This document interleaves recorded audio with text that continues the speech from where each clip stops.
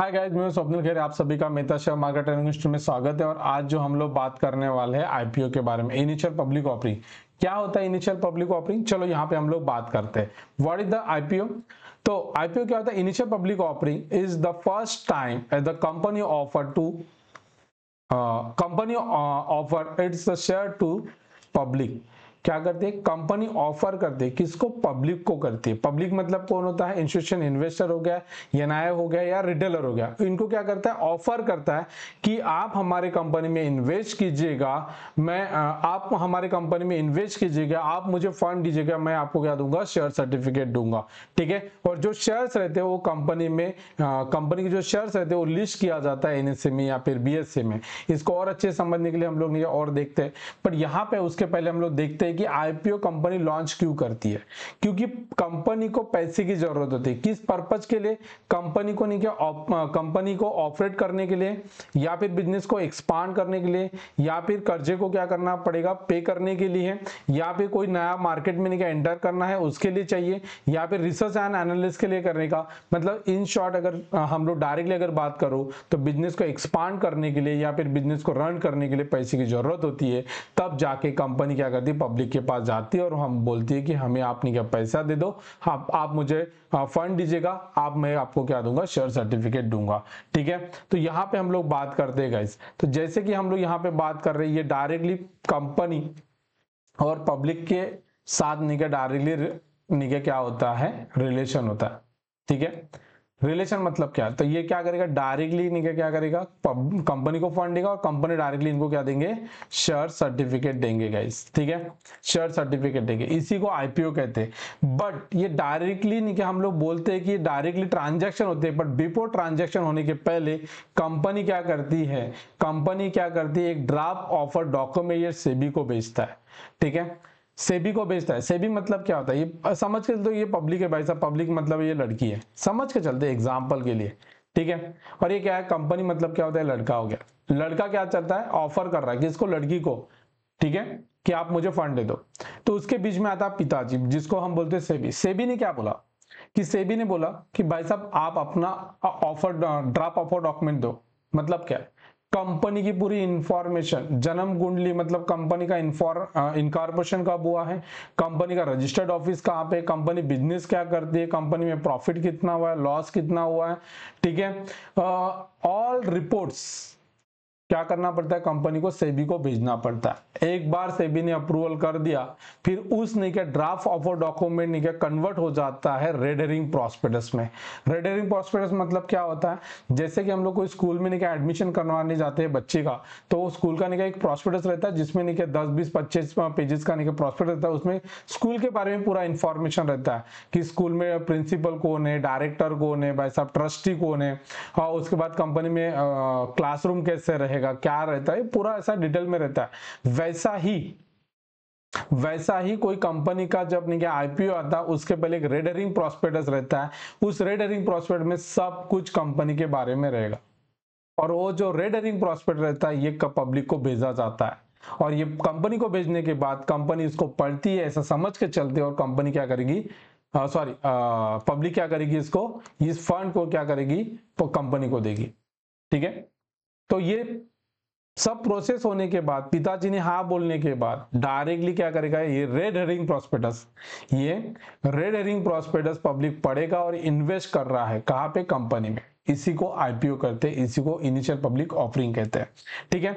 इसको और अच्छे समझने के लिए हम लोग यहाँ पे देखते हैं कि इसकी प्रोसेस क्या होती है, पहले देख लेते हैं। दाना रियल नहीं का एग्जाम्पल हम लोग नहीं क्या देखने वाले। यहाँ पे देखो प्रोसेस, कोई भी आईपीओ के लिए अप्लाई करने के लिए 1 से लेके 5 दिन तक हो सकता है। जनरली 1 से लेके 5 या फिर 1 से लेके 3 दिन तक रहता है। तो यहाँ पे रहता है लॉट साइज। लॉट साइज में क्या रहेगा? जैसे कि यहाँ पे 35 का लॉट साइज है। लॉट साइज का मतलब नंबर ऑफ शेयर्स। जैसे कि हम लोग चॉकलेट का नहीं एक बुके लेते है ना, जहां पे हम लोग कोई नहीं का फूल का एक बुके लेते हैं। बुके में क्या होता है? मल्टीपल नहीं का क्या रहता है? उसमें फ्लावर्स रहते हैं, तो क्या रहेगा? एक बुके बन जाता है। वैसा ही नहीं क्या मल्टीपल शेयर्स का एक नहीं क्या बनेगा? लॉट बनेगा। तो यहाँ पे कितने नंबर ऑफ शेयर्स है? 35। 35 शेयर का एक लॉट बनेगा। आपको एक लॉट लेना है तो आप 35 शेयर्स मिलेंगे, 2 लॉट 70, 3 लॉट 105, तो ऐसे लेना पड़ेगा आपको। ठीक है, जब भी आप आईपीओ में लेते हो, आईपीओ में अप्लाई करते हो तो आपको लॉट्स में मिलेगा। ठीक है, एक लॉट, 2 लॉट, 3 लॉट, 4 लॉट में करेगा। उसके बाद यहाँ पे रहता है 2 प्राइस रहता है, जिसको फ्लोर प्राइस और कैप प्राइस कहा जाता है। यहाँ पे फ्लोर प्राइस है 400 एंड कैप प्राइस है भाई साहब 420। जब भी आप आईपीओ में अगर अप्लाई करोगे तो कैप प्राइस में करना चाहिए, क्योंकि यहाँ पे क्या होता है, लॉटरी सिस्टम रहता है। जिन्होंने हाई प्राइस में करेगा, जिसमें ज्यादा डिमांड रहेगा, उसी को नहीं क्या दिया जाता है। तो यहाँ पे देखो ये 2 प्राइस क्यों दिया जाता है फिर, तो ये है एक book building process. Book building के प्रोसेस का मतलब होता है वहां पे नहीं क्या पब्लिक को 2 नहीं क्या प्राइस दिया जाएगा, जिसमें नहीं क्या पब्लिक की इच्छा रहेगी, जिस प्राइस पे इच्छा रहेगी उसमें नहीं क्या अप्लाई कर सकता है। बट हाँ, जनरली आईपीओ में नहीं क्या इसी प्राइस पे नहीं क्या होता है भाई साहब, अप्लाई करते हैं, तो इसकी वजह से नहीं क्या उसी प्राइस पे नहीं क्या लोगों को मिल जाता है। जब लिस्टिंग होते है तो उसके ऊपर या फिर नीचे हो सकता है। चलो आगे बढ़ते हैं। ठीक है, जिन्होंने क्या प्राइस पे अप्लाई करेंगे उन्हीं को मिलने के चांसेस ज्यादा होती है, ये इन शॉर्ट मेरे को ये कहना है। ओके, उसके बाद आपने अप्लाई कर लिया, 1 से लेके 3 दिन तक नहीं क्या जो रहेगा, या फिर 1 से लेके 5 दिन तक रहेगा, आपने अप्लाई कर दिया। अप्लाई करने के बाद जो भी फंड नहीं क्या आपके अकाउंट से नहीं क्या, तुम्हारे अकाउंट जो रहेगा, यहाँ पे आपको डीमैट अकाउंट में, कोई डीमैट अकाउंट से आप अप्लाई करोगे, पर डीमैट अकाउंट में आपको पैसे रखने की जरूरत नहीं है। आपको पैसा कहाँ रखना पड़ेगा, आपके सेविंग अकाउंट्स में। ठीक है, जैसे कि हम लोग यूपीआई से करते हैं, यूपीआई से अगर हम लोग कोई पेमेंट कर लेते हैं तो वो जो पेमेंट रहेगा आपके ही अकाउंट में नहीं क्या ब्लॉक होता है। जैसे फॉर एग्जाम्पल मेरा अकाउंट एसबीआई में, तो SBI state bank of India में ही नहीं क्या रहेगा, तुम्हारा पैसा ब्लॉक होगा। ठीक है, वो पैसा कहीं नहीं जाता, तुम्हारे अकाउंट में ही रहता है, उसको बोलते हैं अजबा प्रोसेस। ठीक है, तो ये जो अजबा प्रोसेस रहता है, उस हिसाब से अगर देखा जाए तो तुम्हारा जो जब भी आप आईपीओ को अप्लाई करते हो, वो फंड कहीं नहीं जाता है, वो तुम्हारे अकाउंट में नहीं क्या होता है, ब्लॉक होता है।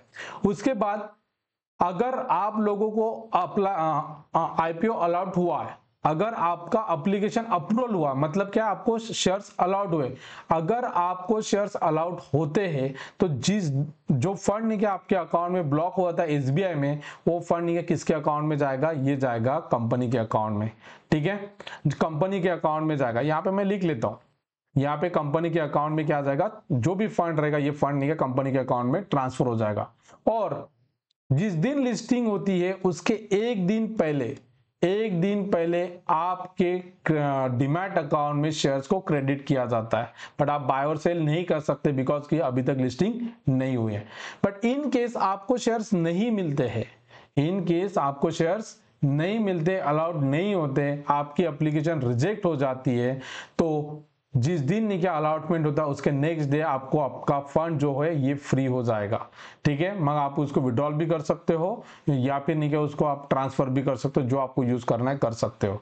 पर जिस दिन आप अप्लाई करोगे उसके बाद दो फंड को ना विड्रॉल कर पाओगे, ना ही उसको नहीं क्या होगा ट्रांसफर कर पाओगे, क्योंकि वो अमाउंट तुम्हारे अकाउंट में ब्लॉक होता है। जिस दिन नहीं क्या अप्लाई करने के बाद अलॉटमेंट नहीं होता है, उसके नेक्स्ट दिन नहीं क्या वो फंड नहीं क्या होता है भाई साहब, फ्री होता है, आप उसको यूज कर सकते हो गाइस। ठीक है, आगे बढ़ते हैं, समझने की कोशिश करते हैं। तो जिस दिन लिस्टिंग होती है, लिस्टिंग का मतलब क्या होता है, जो शेयर्स आपको मिलने वाले हैं वो शेयर्स को नहीं क्या लिक्विडिटी के लिए मार्केट में नहीं क्या डायरेक्ट कंपनी के पास हम लोग नहीं क्या बेच देंगे, नहीं, हम लोग कहाँ बेचेंगे भाई साहब, एनएससी और बीएससी में, जहां पे बहुत सारे बायर और बहुत सारे सेलर्स क्या रहते हैं, अवेलेबल होते हैं, जहां से हम लोग बाय या फिर सेल करते हैं। ठीक है, तो जो शेयर्स आईपीओ में हम लोगों ने देखा था, कंपनी से हम लोगों ने जो शेयर्स लिए थे, उस शेयर को नहीं क्या एनएससी या फिर बीएससी में लिस्ट किया जाता है। इसीलिए लिस्ट किया जाता है कि अगर मैंने शेयर्स खरीदे आईपीओ में, अगर मुझे उसको बेचना है तो मैं कंपनी के पास नहीं बेचूंगा, मैं कहाँ बेचूंगा, नेशनल स्टॉक एक्सचेंज या फिर बॉम्बे स्टॉक एक्सचेंज में, जहां पे लिस्ट किया गया है। ठीक है, वहां पे मैं बाय या फिर सेल कर सकता हूं। मार्केट में बहुत सारे बायर और बहुत सारे सेलर्स अवेलेबल होते हैं। आई होप सो कि आपको प्रोसेस भी समझ में आया होगा। ठीक है, ये पहले नहीं क्या शेयर सर्टिफिकेट हुआ करती थी, इसको फिजिकल शेयर सर्टिफिकेट हुआ करती थी। आज आपके डीमैट में नहीं क्या वो कंपनी का नाम और नंबर ऑफ शेयर्स आपको देखने को मिलते हैं गाइस। ठीक है, अभी यहाँ पे हम लोग एक बात कर रहे हैं, यहाँ पे आईपीओ आया था, कब आईपीओ आया था, ये 4 मई 2022, जैसे कि मैं अभी बात कर रहा था। ठीक है, तो यहाँ पे देखो इस कंपनी का आईपीओ आया था, ये LIC का आईपीओ है। ये आईपीओ आया था, इसके दो प्राइस थे यहाँ पे 902 और 949। ठीक है, और यहाँ पे देखो शेयर्स कितने हैं, यहाँ पे 15 शेयर्स है। ठीक है, लॉट साइज कितने का है, 15 का है। कितने इश्यूज होने वाले हैं शेयर्स ये बताया गया। कितना फंड की जरूरत है, 21,000 करोड़। ऑफर फॉर सेल क्या है, 100% निके क्या है, ऑफर फॉर सेल है। ठीक है, रिटेलर के लिए निके डिस्काउंट था। यहाँ पे बुक बिल्डिंग प्रोसेस मतलब दो प्राइस दिए जाएंगे। कहा लिस्टिंग होने वाले हैं, NSE और BSE में। QIB क्वालिफाइड इंस्टीट्यूशन बायर, ये इनके लिए रिजर्व था 50%। रिटेलर के लिए कितना था, 35%। देन अगेन NI के लिए कितना था, 15%। इस तरीके से उनके लिए रिजर्व होता है गाइस। ठीक है, तो यहाँ पे प्रेसिडेंट ऑफ प्रमोटर कौन है, प्रेसिडेंट ऑफ इंडिया, इसके बारे में यहाँ पे बताया जाता है। उसके बाद देखो IPO की क्या ओपनिंग डेट कब थी, 4 में। क्लोजिंग डेट कब थी भाई साहब, 9 में। ठीक है, अलाउड कब होगा, 12। रिफंड कब होगा, जिस दिन अलाउड रहेगा उसके नेक्स्ट डे क्या रहेगा, रिफंड रहेगा। अगर आपको अलाउड नहीं होगा तो पैसा आपका फ्री हो जाएगा। जिस दिन लिस्टिंग होगा उसके एक दिन पहले आपके अकाउंट में शेयर्स क्रेडिट होते हैं। ठीक है, मिनिमम लॉट कितना है, 15। ठीक है, एक लॉट कितने का है, 15 शेयर्स का। अगर आप मैक्सिमम कितना कर सकते हो, रिटेलर एज अ 14 नहीं, क्या आप क्या कर सकते हो, लॉट्स को बाय कर सकते हो। मैक्सिमम 2 लाख के लिए रहता है। ठीक है, इस तरीके से रहता है गाइज, इस तरीके से हम लोग समझते हैं। ठीक है, अदानी विलमार के बारे में भी ऐसा ही है। तो हम लोग यहाँ पे देखते हैं, समझने की कोशिश करते हैं कि अभी एक रिसेंटली एक IPO आया था, उसके बारे में भी हम लोग यहाँ पे बात करने वाले हैं। ठीक है, यहाँ पे देखो IPO NSDL का IPO आया था, उसके बारे में भी हम लोग बात कर लेते हैं। ठीक है, यहाँ पे NSDL का IPO आया था, कंपनी काफी अच्छी है। ठीक है, यहाँ पे भी देखो अभी रिसेंटली IPO आया था, ये कल ही, मैं आज जो वीडियो बना रहा हूँ ये 2 अगस्त में, ये कल तक नहीं क्या वैलिड था। ठीक है, मैंने बताया था, सजेस्ट किया था कि आप लोग इसको नहीं क्या आप बाय कर सकते हो। ठीक है, पर पढ़ के ही करना चाहिए, बट इसके बारे में बताया था मैंने क्या पॉजिटिव पॉइंट है और क्या निगेटिव पॉइंट है। आज भी हम लोग इसके बारे में हम लोग बात करने वाले हैं।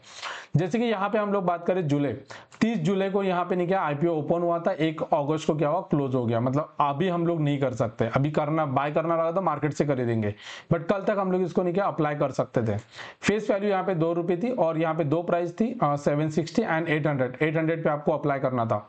नंबर ऑफ शेयर्स यहाँ पे देखिएगा, एम्प्लॉय के लिए डिस्काउंट था, 76 का डिस्काउंट था। ठीक है, ये टोटल IPO कितने का है, 4000 करोड़ उनको चाहिए, मोटा मोटा बता रहा हूं। नंबर ऑफ शेयर्स कितने भाई साहब, ये है। ठीक है, पर ये टोटल ऑफर फॉर सेल है। ऑफर फॉर सेल का मतलब है प्रमोटर अपने शेयर्स क्या कर रहा है, बेच रहा है। प्रमोटर अपने शेयर्स बेच रहा है, नए फ्रेश इशू नहीं कर रहा है। ये एक वीक पॉइंट है, यहाँ पे नेगेटिव पॉइंट्स है। ठीक है, प्रमोटर अपने शेयर्स क्यों बेच रहा है। ठीक है, बट हाँ एनीवे हम लोग आगे में बात करते हैं। रिटेलर के लिए क्या कितना है यहाँ पे, 35। क्वालिफाइड इंस्टीट्यूशन बायर के लिए 50% एंड NI के लिए 15%, इस तरीके से। उसके बाद देखो ड्राफ्ट ऑफर डॉक्यूमेंट यहाँ पे क्लिक करो तो पूरा आ जाएगा। रेड हेरिंग प्रॉस्पेक्टस उसके बारे में यहाँ पे दिया है। एंकर इन्वेस्टर के बारे में भी यहाँ पे बताया गया। तो यहाँ पे देखिएगा मिनिमम लेंगे, लॉट साइज कितने का, 15 शेयर्स का है। ठीक है, कितने का, 15, 14,400 आप नीचे क्या कर सकते हो, बाय कर सकते हो गाइस। ठीक है, और मैक्सिमम कितना कर सकते हो, यहाँ पे लॉट साइज कितना है, 13 लॉट साइज आप नीचे आपको मिलेंगे। ठीक है, ये रिटेलर के रहेगा। उसके बाद यहाँ पे देखो ओपन क्लोज यहाँ पे दिया है, अलॉटमेंट नहीं क्या 4 अगस्त को होगा। अगर नहीं मिलता है तो 5 अगस्त को आपको रिफंड होगा और इसका लिस्टिंग होगा 6 अगस्त को और उसके एक दिन पहले आपके अकाउंट में क्रेडिट भी होने वाला है। मतलब ये जो शेयर्स है, अगर मैं यहाँ पे अगर नहीं क्या लेके चलता हूँ NSDL, अगर आप यहाँ पे अगर सर्च कर देते हो तो आपको नहीं देखने को मिलेगा। क्यों नहीं देखने को मिलेगा, क्योंकि यहाँ पे अभी तक लिस्ट नहीं हुआ है। देखो शेयर मार्केट में अभी तक ये शेयर्स नहीं है, मैं दिखा देता हूँ आप लोगों को। ठीक है, तो यहाँ पे अगर मैं कोई सर्च कर देता हूं तो NSDL देखो गाइस नहीं है, बराबर है, क्योंकि अभी तक लिस्ट नहीं हुआ ना। अभी ये चीज नहीं, क्या आपने क्या 6 अगस्त को देखोगे तो आपको देखने को मिल जाएगा, राइट। तो इस तरीके से रहता है। अभी यहाँ पे अगर हम लोग देखते हैं कंपनी के बारे में, कंपनी में अप्लाई करना चाहिए कि नहीं करना चाहिए, क्योंकि कोई भी IPO को अप्लाई करने के पहले आपको पढ़ना वेरी इंपॉर्टेंट। यहाँ पे देखो फाइनेंशियल रिपोर्ट्स हम लोग यहाँ पे शॉर्ट्स में पढ़ रहे हैं, काफी ज्यादा शॉर्ट्स में यहाँ पे पढ़ रहे हैं हम लोग। यहाँ पे रेवेन्यू के बारे में बताया, रेवेन्यू यहाँ पे 2023 में कितना था, 1100 crore near by and 1365 crore, done again 1535 crore. ये बढ़ रहा है गाइस, काफी अच्छा से बढ़ रहा है। पैट की अगर मैं बात कर लूँ तो पैट भी यहाँ पे बढ़ रहा है 234 करोड़ दैन 275 करोड़ 343 करोड़, इस तरीके से असेट भी यहाँ पे नहीं क्या इंक्रीज हो रही है गाइज। तो यहाँ पे कंपनी का नहीं क्या, यहाँ पे अगर हम लोग अगर पीएनएल की और फाइनेंशियल रिपोर्ट की अगर बात करें तो यहाँ पे अच्छा दिख रहा है। उसके बाद की रेशियो भी यहाँ पे बताया, आरओई यहाँ पे 17% से बताया रहा है, अच्छा बात है।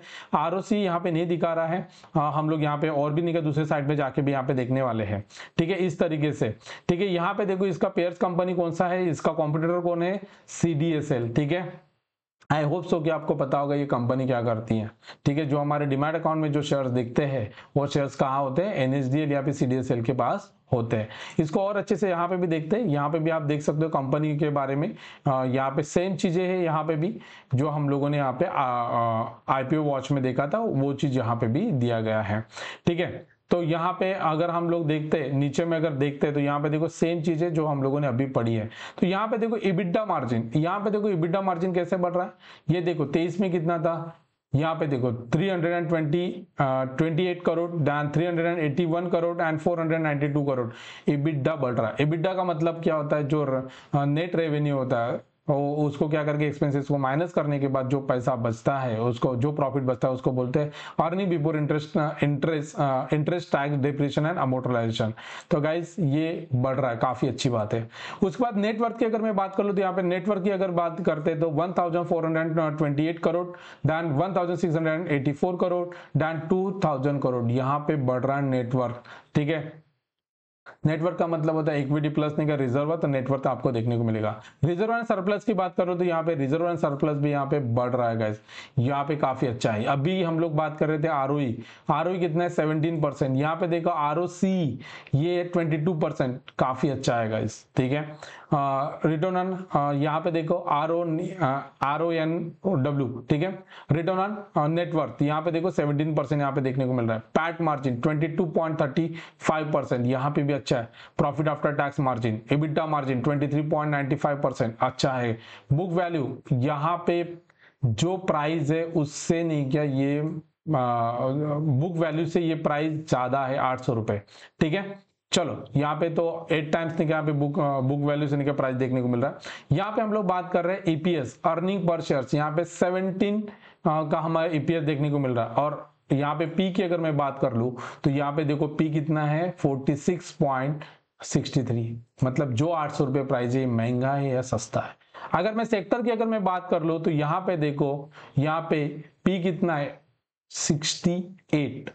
अगर मैं यही चीज अगर नहीं यहाँ पे सेंट्रल डिपॉजिटरी सर्विस लिमिटेड की अगर नहीं क्या स्क्रीनर में अगर देखने की कोशिश करता हूं तो यहाँ पे देखो इंडस्ट्री का पी नहीं क्या 48 का है और स्टॉक काफी 62 का है, मतलब सीडीएसएल महंगा बता रहा है। और अगर मैं यहाँ पे अगर बात कर लूं तो ये हमें न्यूट्रल बता रहा है, नियर अबाउट नहीं क्या न्यूट्रल है, बहुत ज्यादा सस्ता तो नहीं है। ठीक है, बहुत ज्यादा सस्ता तो नहीं है बट बहुत ज्यादा महंगा भी नहीं है। तो हमें यहाँ पे समझ में आ रहा है कि पी हमें बता रहा है कि भाई साहब न्यूट्रल है, हम लोग बाय कर सकते हैं। ठीक है, अगर मैं रेशो की अगर मैं बात करूं तो ये भी बता रहा है कि बाय कर सकते हैं। देन अगर मैं फाइनेंशियल रिपोर्ट की अगर मैं बात करूं ये भी बता रहे हैं बाय कर सकते हैं। ठीक है, इस तरीके से हम लोग इसको नहीं क्या देख सकते हैं गाइस, इस तरीके से समझ सकते हैं। अगर यही चीज अगर मैं यहाँ पे नहीं क्या, यहाँ पे अगर आप चाहते हो तो यहाँ पे आपको नहीं क्या, यहाँ पे देखो रेड हेरिंग प्रॉस्पेक्टस आपको देखने को मिलेगा। ठीक है, यहाँ पे रेड हेरिंग प्रॉस्पेक्ट देखने को मिलेगा। अगर मैं इसी को क्लिक करता हूं तो यहाँ पे देखो ये सेबी के साइड में जाता है और यहाँ पे 480 पेजेस की नीचे यहाँ पे नहीं क्या रेड हेरिंग प्रॉस्पेक्टस रहता है, ये पढ़ना पड़ता है बट ये कोई पढ़ के नहीं करता है। तो इसका एक शॉर्टकट नहीं क्या है कि आप नहीं क्या चले जाओ चार्ट जीपीटी में और चार्ट जीपीटी को पूछो कि भाई साहब मुझे इस कंपनी के बारे में बताओ, तो यहाँ पे नहीं क्या कंपनी बताएगी कि किस तरीके से है, पूरा शॉर्टकट्स बताएगी, पूरा डिटेल्स में बताएगी कि बाय करना है कि नहीं करना है। ठीक है, कोई भी अगर रिपोर्ट्स रहती है, आईपीओ रहे, एनुअल जनरल मीटिंग रहे, कौन कौन रिपोर्ट रहे, आप एआई को पूछ लो, आप एआई आपको पूरा डिटेल्स में बताएगी कंपनी क्या करती है, कंपनी में बाय करना है कि नहीं करना है, पूरा डिटेल्स आपको यहाँ पे बताया जाता है। इस तरीके से हम लोग शॉर्ट्स में नहीं इस आईपीओ को नहीं हम लोग पढ़ सकते हैं और पढ़ के ही आईपीओ में बाय करना चाहिए। क्योंकि आईपीओ में ऐसा नहीं होता है कि जैसे कि 800 की शेयर की प्राइस है तो यहाँ पे 800 की शेयर की प्राइस ये 1000 2000 जाएगी, ऐसा नहीं होता है। समटाइम्स नहीं कि 800 से लेके ये 600 भी होगा, दान अगेन ये 400 भी हो सकता है, और ये नहीं क्या 1200 भी हो सकता है, 1000 भी हो सकता है। बट इस शेयर की प्राइस बढ़ने की पॉसिबिलिटी इसीलिए है क्योंकि कंपनी अच्छी है। जो कंपनी अच्छी होती है उसमें ज्यादा रिटर्न मिलने की कोशिश, उसमें ज्यादा रिटर्न मिल सकता है। जो लॉस मेकिंग कंपनी है उसकी प्राइस क्या हो सकती है, कम हो सकती है। जैसे कि हम लोग पेटीएम की बात कर रहे हैं, पेटीएम में क्या होगा, आईपीओ के बाद नहीं क्या प्राइस क्या होगी, कम हो गई थी। ठीक है, तो इस तरीके से हम लोग पढ़ना चाहिए। और यहाँ पे अगर मैं यहाँ पे बात करने की कोशिश कर रहा हूँ तो यहाँ पे उन्होंने बताया है कि 18% का यहाँ पे ग्रोथ देखने को मिलेगा। यहाँ पे मैंने चार्ट जीपीटी को पूछा था, तो चार्ट जीपीटी ने यहाँ पे मुझे बताया कि 18% तक यहाँ से बढ़ सकता है। यहाँ पे मैं आपको दिखाना चाहता हूँ थोड़ा, हाँ हाँ, जस्ट वेट ना, ओके।